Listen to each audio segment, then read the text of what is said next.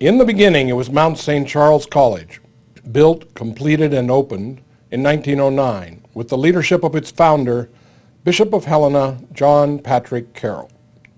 In its early years, this pioneering Catholic college, on the fringe of a Wild West gold boomtown, would soon be revealed as a fortress of science excellence.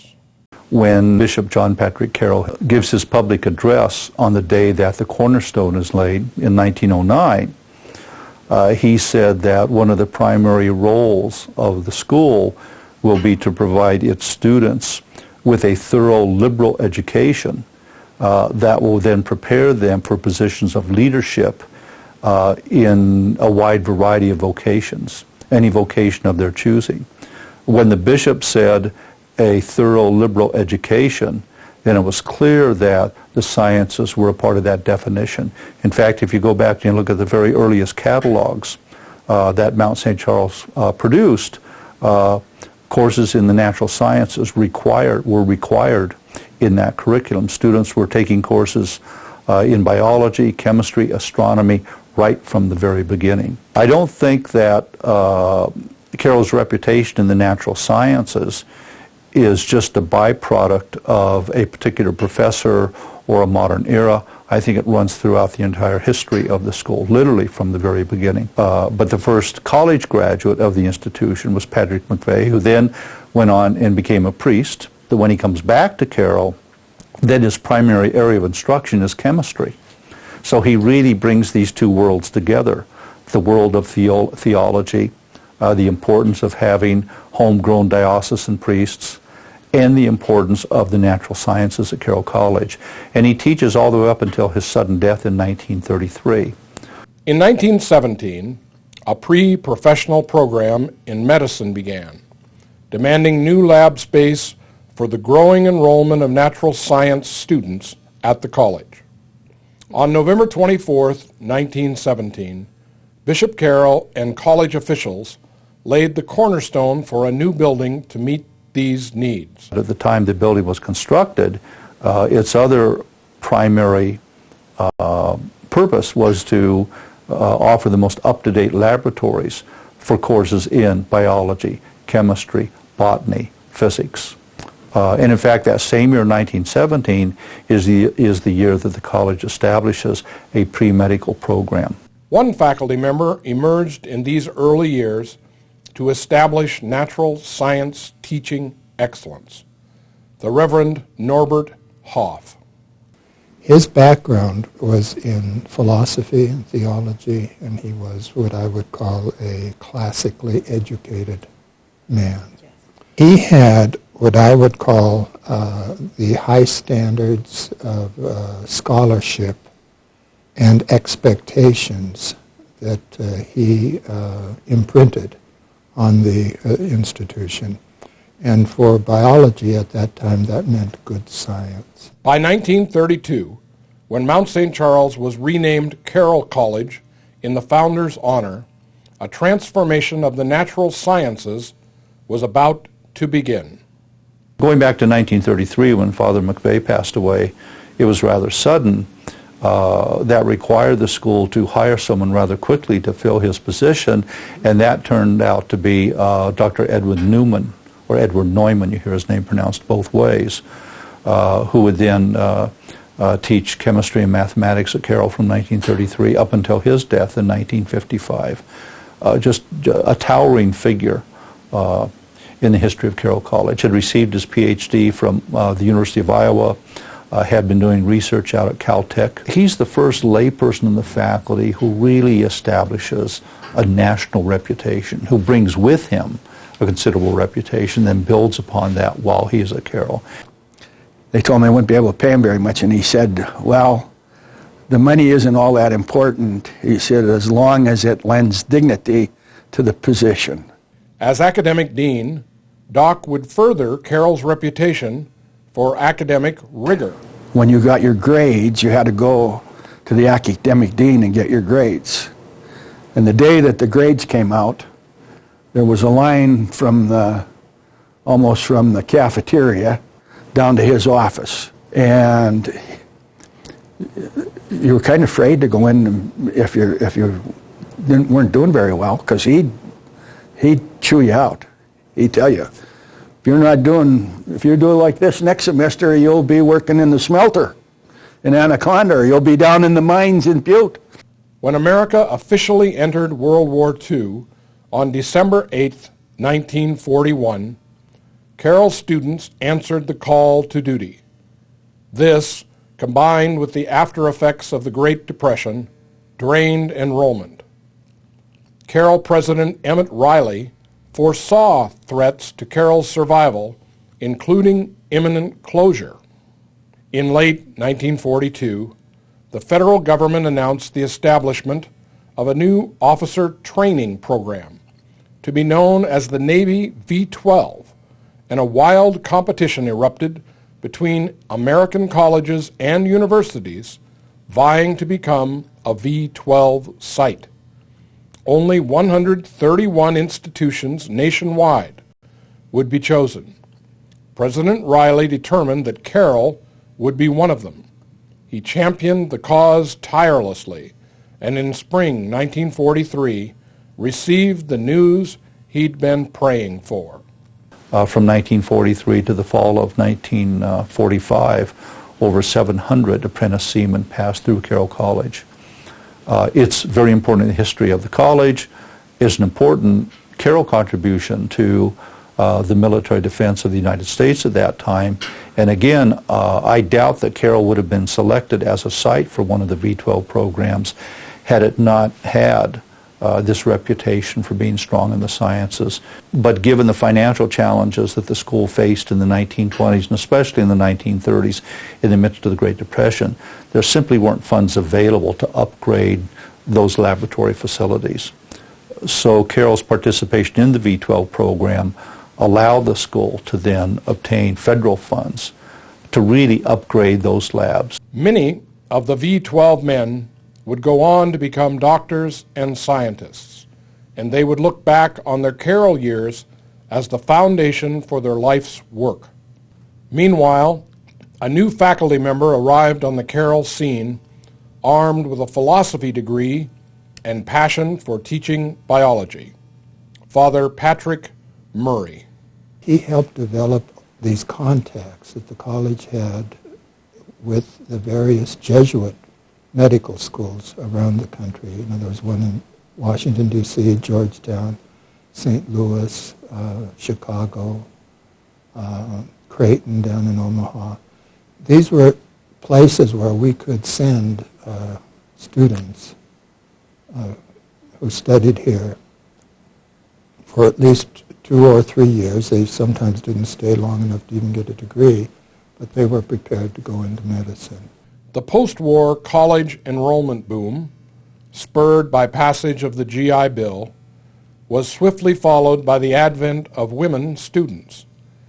In the fall of 1945, President Riley approached the Sisters of Charity with the idea of establishing a 5-year program in nursing education that would lead to a Bachelor of Science degree. The Sisters of Charity stepped up to the challenge, and on September 7th, 1946, 35 female students comprised Carroll's first class of future nurses. And that's important for the sciences at Carroll College. It would have been difficult to justify a program like that had Carroll not been offering a broad array of courses in biology and chemistry, courses that were critical to students who would be pursuing careers in nursing. The presence of women on campus continued to grow through the 1950s. The first female students at Carroll were those students in nursing education. But by the early 50s, other departments were opened up to women. Fields as different as history, communications, biology. And there's a wonderful story that I wrote her name down here, Madeline Sampson. She was the first woman to come to the college to study. She had been a nurse in the war. She was out. She wanted to get a college degree. So she shows up in Father Murray's class with all these guys, you know, all these boys, men, down there in the classroom. And she's the only girl sitting up front.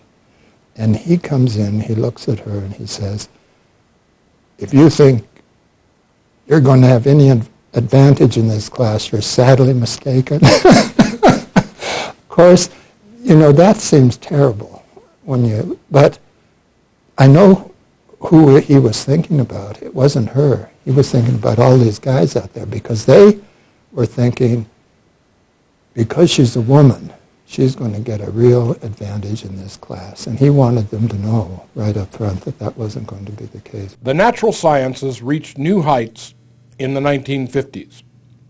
One Carroll chemistry graduate, symbolizing the rising science stars emerging in that era, was a Helena hometown son. Clarence Ryan, Bud Ryan as he was known, graduated in chemistry 1953, was an all-conference basketball player 2 years running at Carroll, went on and received a PhD in chemistry from Montana State University. He spent most of his career as a professor at Washington State University, where he developed an incredible national and international reputation. In 1986, he was the first faculty member in the history of Washington State University to be inducted into the National Academy of Sciences.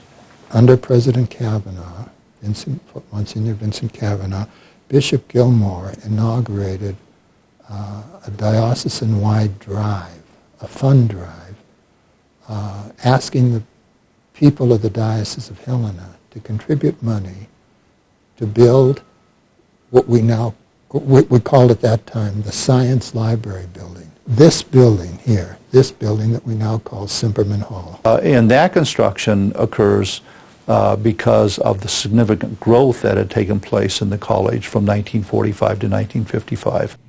The joyful 1957 opening day for the finished Science Hall belonged to the new president, Reverend Raymond G. Hunthausen, himself a 1943 Carroll chemistry graduate who had returned to teach mathematics and chemistry at his alma mater.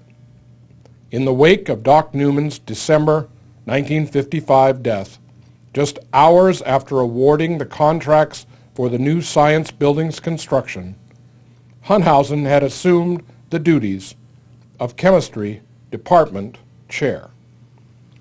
The science building is finished in 1957, which means that the students and faculty have access to, for the mid-50s, what would be a state-of-the-art facility. The two-year Science Library building project, concurrently with the addition of the Borromeo Hall student residence, marked the greatest expansion in Carroll's 47-year history, doubling the college's facilities. Arriving almost simultaneously with the new science facility was the second of Carroll's two famous docs, James J. Mannion. He would teach what we might now call evolutionary biology. You know, he even taught a course in evolution that students were expected to take. As part of that, they would read Darwin's Origin of Species, because he felt it important that, especially at a Catholic college, because of the conflicts that existed between science and religion, that the students would leave here and people would see that just because we were a Catholic institution, we were not in any way opposed to the advances that were taking place in science. He set, I think, it's good to say, he's the one who set biology as the first among equals in the sciences at Carroll.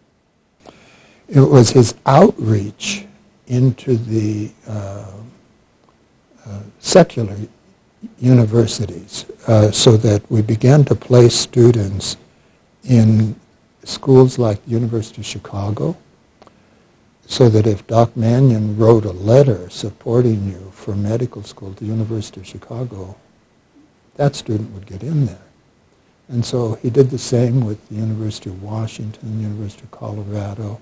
He would never use one's background as an excuse for not achieving success. Some people might say, well, if you come from a small town in Montana, if you come from limited economic circumstances, you shouldn't shoot too highly. You shouldn't strive to be too successful. Just do the best you could do. Whereas Jim Mannion, I think throughout his entire career, was determined to challenge students. Campus growth kept soaring, and enrollments hit all-time highs under the presidency of Hunthausen's successor, Reverend Anthony M. Brown, in the 60s. Yet the Natural Sciences Department, now as in the old days, was run by a skeleton crew. At that time, there were a lot of just one-man departments, and sometimes they'd get help from other departments. I think there were just the two of us in biology, you know. We had to teach everything. And our time, even though I came out of graduate school with some research experience, as he did, we were kind of taken up completely by our teaching responsibilities that we no longer could, you know, do whatever research we had been doing as graduate students. I think there came to be an increased emphasis on lab work, what's going on in the lab, you know, because up until then it was in the lecture. You know, here's where the lecture you would get the information, you would learn it, memorize it or whatever, and then you could do good on the test. But what was changing was an increase in lab work, allowing time in the lab and also encouraging students to do a little exploration on their own, to discover things for themselves. The way that was beginning to happen was by farming students out, because there wasn't much research going on here, farming them out to other labs where research was actually going on. But as the faculty began to grow and we added in other faculty into biology and chemistry, some of that research was starting to take place here and also in our own labs. Other changes were in the offing. By 1969, a Carroll biology professor would rise to the college presidency, the Reverend Joseph D. Harrington. It was a time of tough decisions for the college, and the burden fell on the new president biologist. After a long history of ascendancy in chemistry, enrollments in the major had dwindled, and President Harrington made the hard choice to eliminate the chemistry major along with other flagging programs. Everything else in natural science was serving biology, including physics. Poor physics, I remember that one of the physics professors, you know, would go down to the war surplus store. There used to be one in Helena, you know, where you could buy all this electronic equipment, you know, and he'd try to put something together for the physics lab. For the total development of the natural sciences, the predominance of biology during those years was probably not healthy. Over time, nursing education had also seen its sunset. But nursing was changing, and they had to be a qualified nurse, you had to have a bachelor's degree. So we knew that. We looked into it, and in the meantime, basically, we had dropped nursing. The old nursing program had gradually disappeared because the Catholic hospitals in Montana had gradually moved out of the area of education. One of the things that I felt I was going to do as president was to bring the nursing program back. So a new program was established in 1973 that was based entirely at Carroll College. As a baccalaureate degree program. And once again, the federal money was available. All we had to do was apply for it. Therese Sullivan, who received her PhD in nursing from the University of Washington, soon came back to Carroll to take charge of that program and really built the program in the 1970s. Again, it would have been difficult to establish that sort of program had Carroll not been strong in the sciences. And I think in many ways, then those two programs, the natural sciences and nursing, were able to play off of one another. One predominant theme of the Harrington era was the abundance of funding available for the natural sciences. Sputnik, the Russian satellite that was sent up into space, when the Americans began to realize that we're way behind on science. And so all of a sudden, all kinds of money was becoming available, that you could apply for. And so we went for it. We got money to remodel, put in a new microbiology lab up on the 4th floor in this building. Later we got money for nursing. We got money for buying equipment, Dr. Mannion would, put a grant together, send it in, get all new microscopes. It was wonderful. While Carroll's science programs transformed, Vatican II would forever alter the atmosphere at Catholic colleges like Carroll. Responding to the Church's new openness to contemporary times and technology, Carroll history professor Reverend Jeremiah T. Sullivan would author the college's new mission statement, approved in 1978. During that time, many Catholic colleges either moved to the left and became secularized, losing their Catholic identity, or moved to the right and reverted to an almost pre-Vatican II conservatism, to continue to serve a world that no longer exists. Carroll, however, has remained in the center, retaining its reputation for academic excellence and its Catholic identity. As a showcase for Carroll's growing scientific preeminence, the first Mannion Scientific Day took place in October 1978 as a thank you to Doc from his former students. The event began as a biennial science symposium that brought Doc's graduates back to campus. By 1982, the event would be known as Mannion Day, hence the Mannion Symposium of today. Generous gifts over the years funded the creation of endowed academic positions in the natural sciences. The Mannion Chair, dedicated at Homecoming 1988, after over a decade of fundraising, was unique. At the time it was established, it was only the 4th fully endowed chair in all of Montana higher education, and stood out as the only one funded by a professor's former students. The Mannion Chair was novel in another respect. The first professor named to it was a woman, Dr. Jean Smith, who accepted the position in 1993. In 1969, the biology department made the decision to hire Jean Smith, who became a fixture in that department for many decades.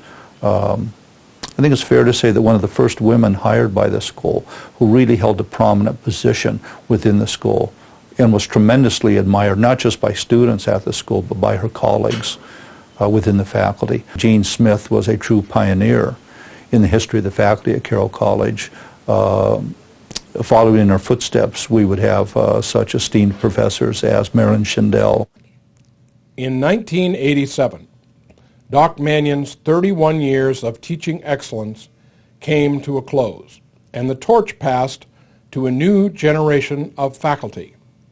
One standout professor symbolizing this new generation was Dr. John Christensen, who would take the lead in reinstating the chemistry major in 1997. Beyond this, he would be active in planning the future of Fortin Science Center, which was finished before the turn of the millennium. Since the Science Hall's 1957 debut, the college's student body had tripled. By the mid-1990s, half of all incoming freshmen were choosing a science major. Since 1989, the college had seen a 40% increase in students taking physics and biology courses. In 1995, Carroll began one of the most ambitious undertakings in the school's history, a renovation and expansion campaign for the Science Hall. I think there's 3 or 4 turning points in terms of laboratory facilities at Carroll. The first would be 1917, when the North Wing was constructed. The second would be in the early 1940s, when federal government funds came available to upgrade facilities. The third would be the building of what was then called Science Hall, completed in 1957. And then, of course, the third phase would be with the construction of the Fortin Center and the upgrading of what is now Simperman Hall. Student-faculty research collaborations have yielded extraordinary results. Governor Brian Schweitzer, along with representatives from the Department of Environmental Quality and Fish, Wildlife and Parks, officially reopened the Spring Meadow Lake Trail after 5 months of waste cleanup and restoration work. The site was shut down because of lead and arsenic contamination. The toxins were originally discovered by Carroll College students in 2003. So it all started at Carroll College, and it went through state agencies, and now for decades to come we will use this as a site for recreation and also education of the restoration economy in Montana. I've supervised over 30 undergraduate research projects, mostly focusing on the distribution and abundance of living organisms, everything from amphibians to reptiles to most recently mosquitoes. I've had students researching the molecular evolution and systematics of Hawaiian ferns. They have been involved in the DNA sequencing process, trying to determine the biogeographic origins of different fern groups in Hawaii. I've taken students to Alaska to study distribution of wood frogs and looking at the effects of climate change in northern climates. I've also taken students to Ecuador and studied glass frogs. I'm currently working on the West Nile project under Dr. Alvey, and my portion of the research is the viral detection, so looking at mosquito pools that we collect in order to determine if the virus is present, and then we're working to correlate that data with avian populations in the area. I'm working with the West Nile virus project, and my part of the project is to determine the genetic variation of the Culex tarsalis mosquitoes, which are the vectors of West Nile virus in Montana, and I'm using what's called microsatellites to do that. Unlike, when I was teaching, or Doc Mannion, we were so loaded with teaching, we didn't have time to do any research. And if a student wanted to do some, we'd say, good luck, go ahead. But now, this is a wonderful thing that's happened. I always like to say, they had to hire 3 faculty members to take my place. Faculty members in the natural sciences have support for research and for student funding from NIH, the INBRE project on West Nile virus. There is support on my part from the Murdoch Trust for speciation in black flies. Dan Gretsch has a project that he's been working on with relation to prion proteins in ungulates. And so we're now able to attract Carroll students who want to stay on here during the summer and do research. And now we have the new renovated facility in Simperman Hall, which allows our students to do research for 12 months. We need to make sure that our students are qualified to take their roles in postgraduate society. And by that I mean it's good for them to have research experience, it's good for them to travel abroad, it's good for them to be multilingual, all of those types of things that result in the making of a more well-rounded person. Success in medical school admissions has continued unabated. Today, Carroll students enjoy an 85% acceptance rate, well beyond the national average. We're placing students, good students, into medical schools, just as we always have. But more of the students are going for just the study of science itself. We have a number of chemists working in Montana with a bachelor's degree. We've got 3 or 4 right here in Helena working with a bachelor's degree in chemistry. We have a number who've gone into medical school, who are finishing their master's degree in chemistry and going on to law school to study patent law. We have a number of them right now who are finished or in PhD programs who want my job, and they can have it when I'm done. Carroll is known for a strong academic tradition. We have the faculty members here who are willing to help you make your goals. If you meet those standards, we can essentially guarantee that you will be successful.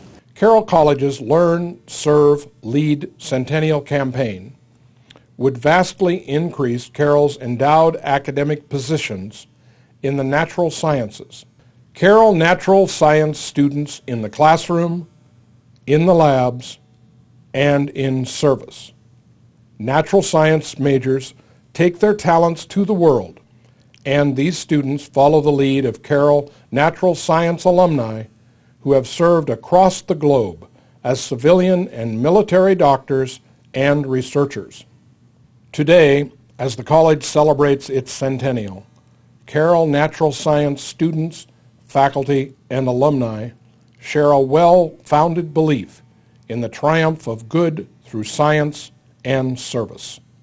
In the classroom, in the lab, in the field, in the world, and in themselves. Not for school, but for life. Not just for today, but for the Carroll Science Century to come. Students have to leave here with the sense that they can be a person of faith and be a good scientist. You don't have to choose one or the other. And I think that's important to do. That's my sermon for the day.